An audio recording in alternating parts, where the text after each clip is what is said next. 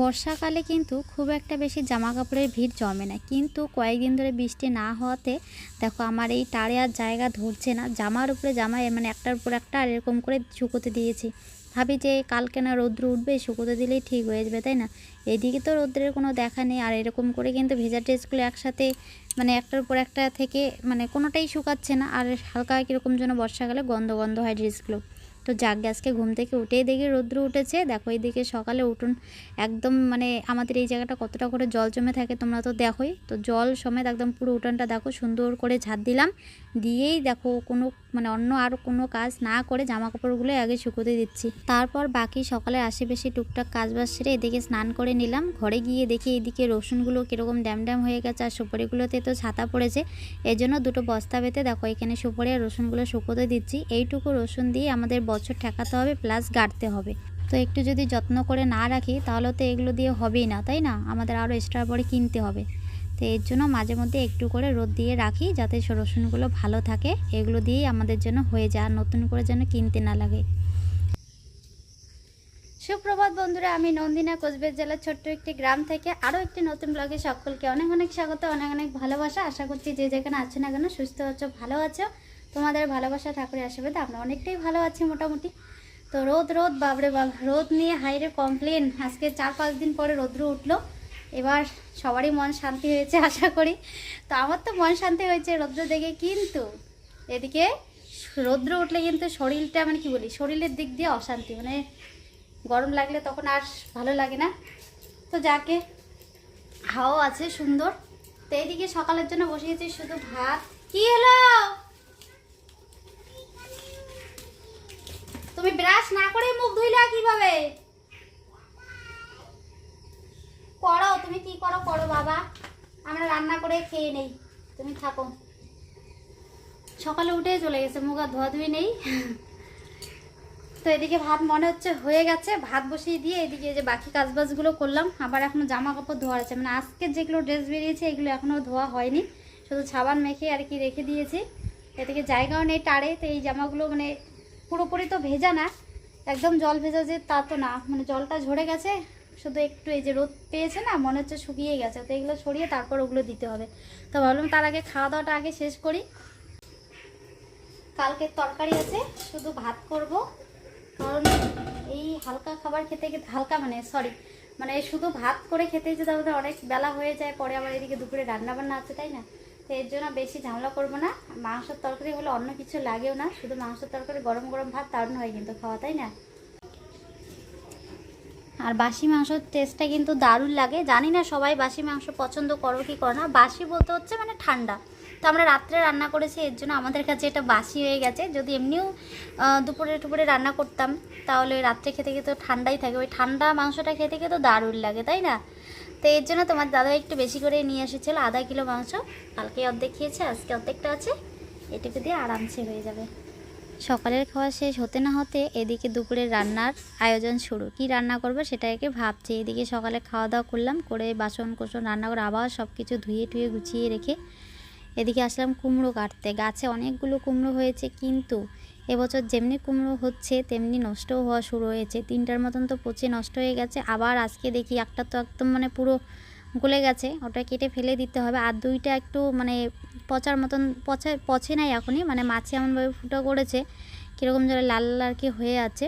তো পাশের বাড়ি এক দিদি আসছিলো কুমড়ো নিতে, তো বলছে আর কি এখানে এই যে ছোটো এই কুমড়োটা, এটা আর কি নিয়ে যেতে চেয়েছিলো। তো বললাম এটা একটু বেশি ছোট, তো আমি একটু ব্যস্ত ছিলাম কাজে, তখন আমি বললাম যে থাক, আমি পরে দেখে ভালো দেখে একটা দিয়ে আসবো, তাই না?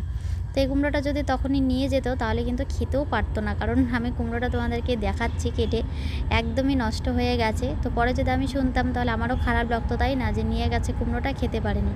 তো দিদিটা আর কি নিয়ে যেতে চেয়েছিলো যে এগুলো কুমড়ো গোল গোল চাকচাক করে ভাজা করলে ভালো লাগে, এর জন্য। তো নিয়ে গিয়ে তো কোনো লাভই হতো না, তাই না? দেখো একদম নষ্ট হয়ে গেছে। আমি তো কাটছি এর জন্যই যে দেখি যদি একটু কাটছাট করে আর কি ভালো দিকগুলো নিয়ে যদি রান্না করা যায়, এর জন্য। তো দেখি বাবা একেবারেই সম্ভব না, সব নষ্ট হয়ে গেছে।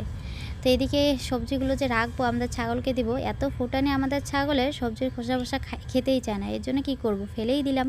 আর অনেক দিন বৃষ্টি হওয়ার পর আজকে রৌদ্র উঠেছিল সারাদিন, বাপরে কী যে গরম গেল। তার উপরে এদিকে একটু পর পর কারেন্ট যায়, মানে বৃষ্টি নেই ঝড় নেই, তার মধ্যে এত কারেন্ট যায় যে কেন বুঝি না।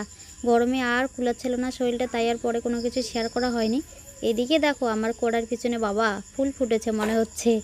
তো একটু আগেই কিন্তু সন্ধ্যার আগে গিয়ে মেজে এগুলো মাটির লেপ দিয়ে রেখেছি, শুকায়নি, এর জন্য মনে হয় কীরকম একটা ছাতা ছাতার মতন দেখা যাচ্ছে। তো এই দিকে চলে আসলাম রাতের খাবার বানাতে। এখনও দেখো কারেন্ট নেই, এই মোবাইলের লাইট দিয়ে কি এরকম করে করা যায়? এদিকে গ্যাস নেই, মানে কি করি না করি একদম পুরো শেষ। গ্যাসের জন্য সেই কতদিন ধরে অপেক্ষায় আছি, কোনোভাবে একটা গ্যাস বুক করতে পারছি না। ব্ল্যাকে করতে গেলে অনেক দাম, সেই 2100-2200 টাকা লাগে একটা গ্যাস বুক করতে। তো দেখা যাক কবে একটা গ্যাস নিতে পারি। প্রথমবার ননস্টিকের জিনিসে না করলেও মানে ননস্টিকের খাবারটা তো গ্যাসে করি, তাই রান্না রাতের গরমের মধ্যে কারেন্ট নেই, কি হবে রুটিগুলো ফলাফল দেখা যায় মানে গ্যাসের মধ্যে করা যায়, একটু তাড়াতাড়ি হয়, তাই না? হিট হয়ে গেছে, উনুনের মধ্যে ভালো লাগে না সবসময় করতে। তো এদিকে উনুনে করব, আমাদের উনুনে করার যে রুটি ভেজার তাওয়াটা ওটা নষ্ট হয়ে গেছে, মানে লোহার জিনিস জানোই তো, ব্যবহার করার পর ঘরে পড়ে থাকলে কীরকম মানে লোহাগুলো উঠে যায়, তো ওরকম করে নষ্ট হয়ে গেছে। এর জন্য এই দেখো আমার কাছে এই ননস্টিকের প্যানটা ছিল, তো এটাকে মাটির লেপ দিয়ে এটার মধ্যে পরে শেষমেশ করলাম কি করব। তো আলু ভাজাটা ভালোই হয়েছে, রুটিগুলোও কিন্তু সবগুলোই ফুলে ফুলে হয়েছে, ভালো হয়েছে। এটা লাস্ট রুটি, তো জালটা একটু কমিয়ে দিয়েছি, এর জন্য মনে হয় পুরোপুরি ফুললো না। আর তোমাদেরকে দেখাচ্ছি না, মানুষকে দেখালে পরে আবার হলো তোমার যে যত মানুষ দেখবে তত লুচির মতন ফুলবে, এর জন্য বুঝি ফুললো না লুচিটা। আর এইদিকে আমার গোল্ডেন বয়, উড়ি বাবড়ে দেখো দেখো দেখো কি সুন্দর করে রুটি বেলছে। সত্যি আমি তো রুটি বেলা দেখে অবাক হয়ে গেছি, এই রুটিটা দেখে। তোমরা হয়তো ভাববে যে আমি করে দিয়েছি, না, ও একদম নিজে হাতেই সুন্দর করে দলা করলো। আবার দেখো কি সুন্দর করে বেলতেছে, মানে এই 2.5 বছর বয়সে রুটি বেলাও শিখে গেল। বয়সে দেখো এত বাবার, আমি তো দেখে পুরো অবাক, মানে আমি ভাবতেই পারিনি আমার শুনে এতটা কাজের হবে। উড়ি বাবা রে, বলছে মা এই রুটিটাও ভাজো, তো মাটিতে লাগিয়েছে এর জন্য ওরটা ভাজলাম না। কি অবস্থা বাবা, থাক তোমারটা কালকে ভাজবো। না না কেন, আজকেই ভাজো, আজকে ওদের নামাই ফেলছি বাবা। আর কত অনেক রুটি বানাইছি, এগুলোই বোধহয় খাইয়ে শেষ করতে পারবো। ওগুলোই খেয়ে শেষ করবো বাবা। বাপরে কি রুটি বানাচ্ছে, অনেক রুটি বানাইছি, একদম ধমাধম হয়ে গেল উনুনের মধ্যে। আমি তো ভাবছি যে হবেই না ওইটাতে, তো যাই হোক মোটামুটি হইলেও।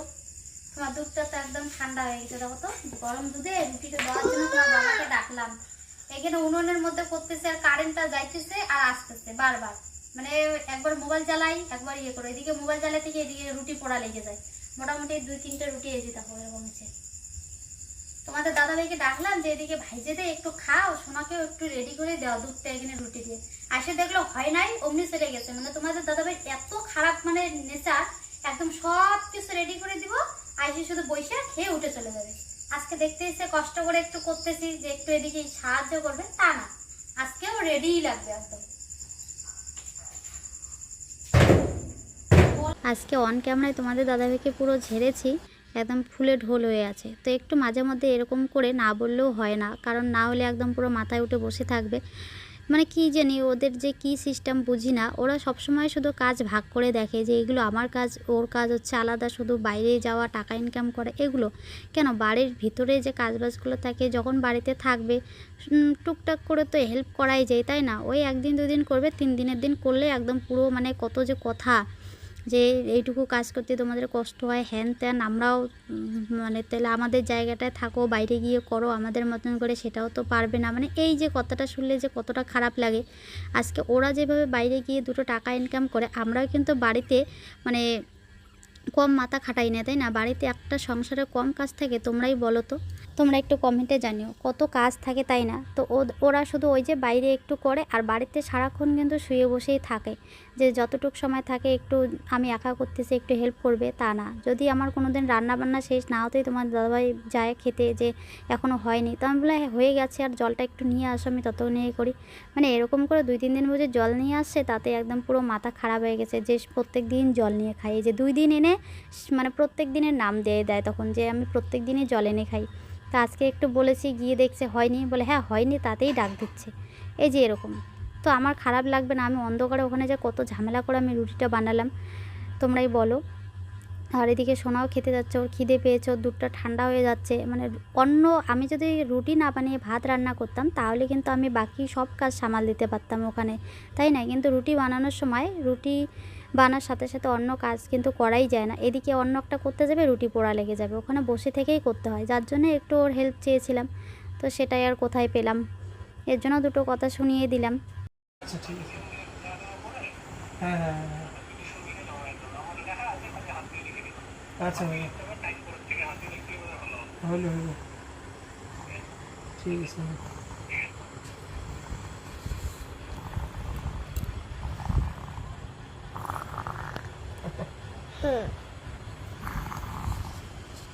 চোখ বন্ধ করো। চোখ বন্ধ করো। আইটে এইভাবে নিয়ে কি ইয়ে হয়, ঘুম হয়? বদমাইশ, দেখো কিরকম আবার নিল।